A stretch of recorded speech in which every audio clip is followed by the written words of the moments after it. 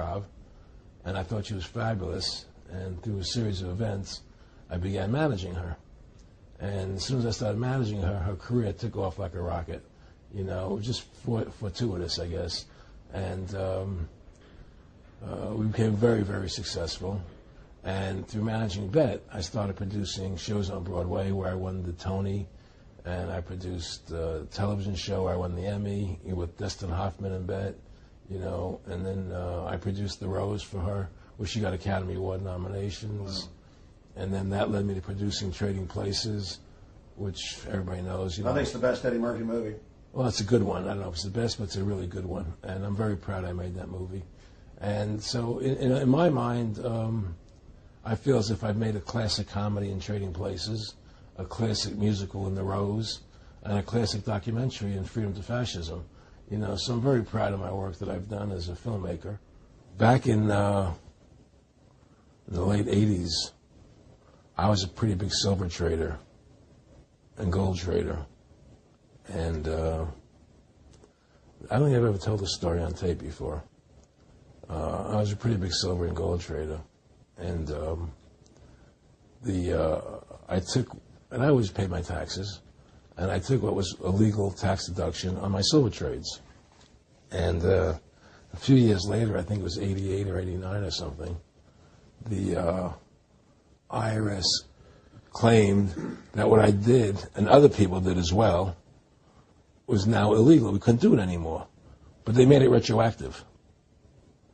I said, what do you mean retroactive? It was legal then. I did what was legal. I said, yeah, but we're making it illegal retroactively.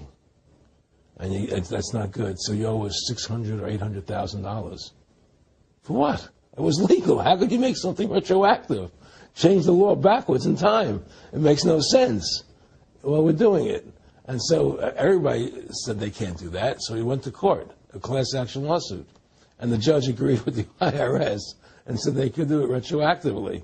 And that's when I knew that there was something wrong in America with the IRS and the system here, you know. Aaron, you were telling me this story last night, and before you even finished saying, in the late 80s, the tax law, I said retroactive. And I knew that because they literally ruined my dad, but he paid. He didn't know. He still thought this was America. And it was legal tax law, what you're supposed to do. They said retroactively you owe, and with not just retroactive, but they said you also have penalties and interest. That's right. So how do you have penalties and interest on something when they retroactively changed the law? Well, first of all, you can't retroactively. How can you do something retroactively?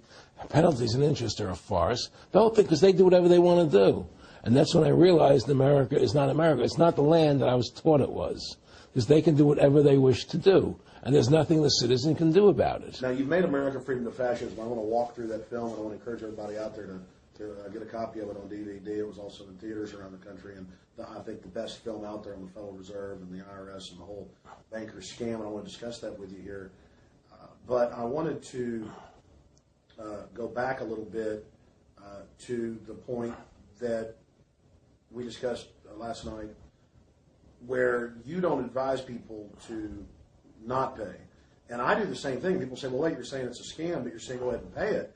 And I like the way you summed it up.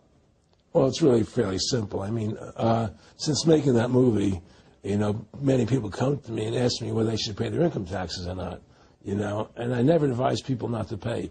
And the reason I tell them, I said, look, I've done a lot of research. The Supreme Court has ruled that the IRS has no authority. The 16th Amendment did not give the IRS the authority to tax your labor and your wages. That's a fact.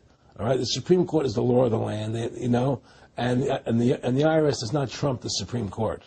However, that being the case, the fact is, if the mafia would come to you and say, we want $2,000 a month or we're going to hurt you, I would not advise you not to pay them, because you may get hurt by not paying them. Whether it's legal or not doesn't necessarily matter. You're going to get hurt if you don't. It's the same thing with the IRS. They can hurt you. They can put you in jail. They can torture you. So if you don't pay them, you may get hurt. So I never advise people not to pay. You know, I tell people, yeah, pay your taxes. Look what happened to Congressman Hansen. Yeah, Congressman Hansen's a great example. Pay your taxes. But you know what? Shut down the Federal Reserve System, and eventually you won't have to pay those taxes anymore. See, the IRS is a symptom of the problem. The real problem is the banking industry and the bankers in this country.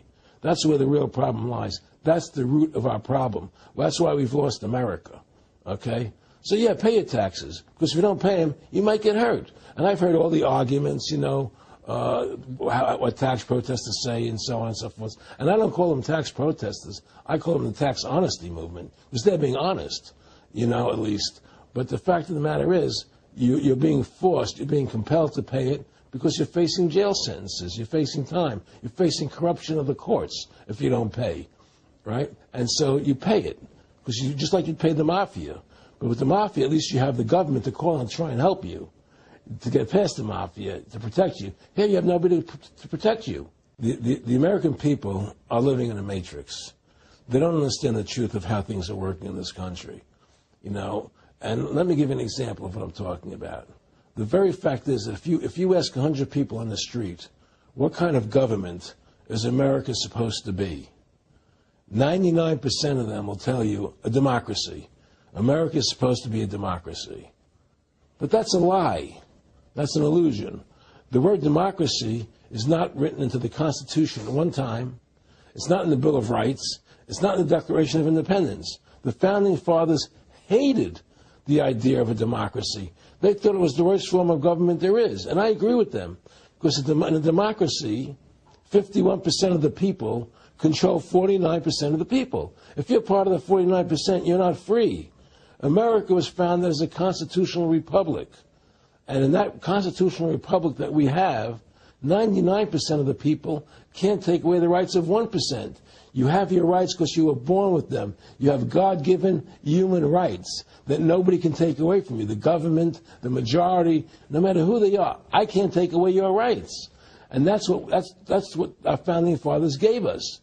But the psychological operations that they do to us, they make us believe that we're a democracy and that majority rules, you see? And they want you to believe that. Because then they tell you this poll says this many want this and this many want that and this many want this. And it doesn't have anything to do with anything. Well, Hitler was elected. Hitler was elected. Hitler did everything legally. And in a constitutional republic, a minority is protected against a majority. Wasn't it Benjamin Franklin, to paraphrase, that said democracy is two wolves and a sheep voting on what's for dinner? Exactly. And then he also said, in a republic, the sheep would have a gun to protect himself, and that's the truth.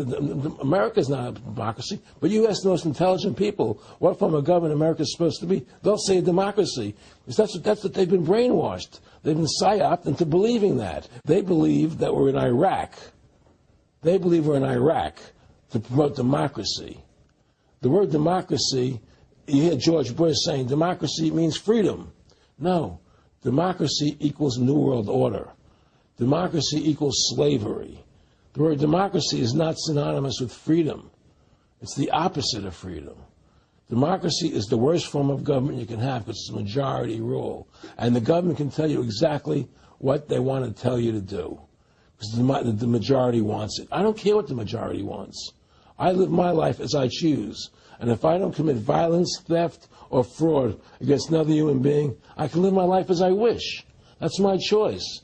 And if I'm allowed to make mistakes, because when you make mistakes, you learn from them. You grow as a human being. We're put on this earth to become the best individuals we can be, to fulfill our God-given potential.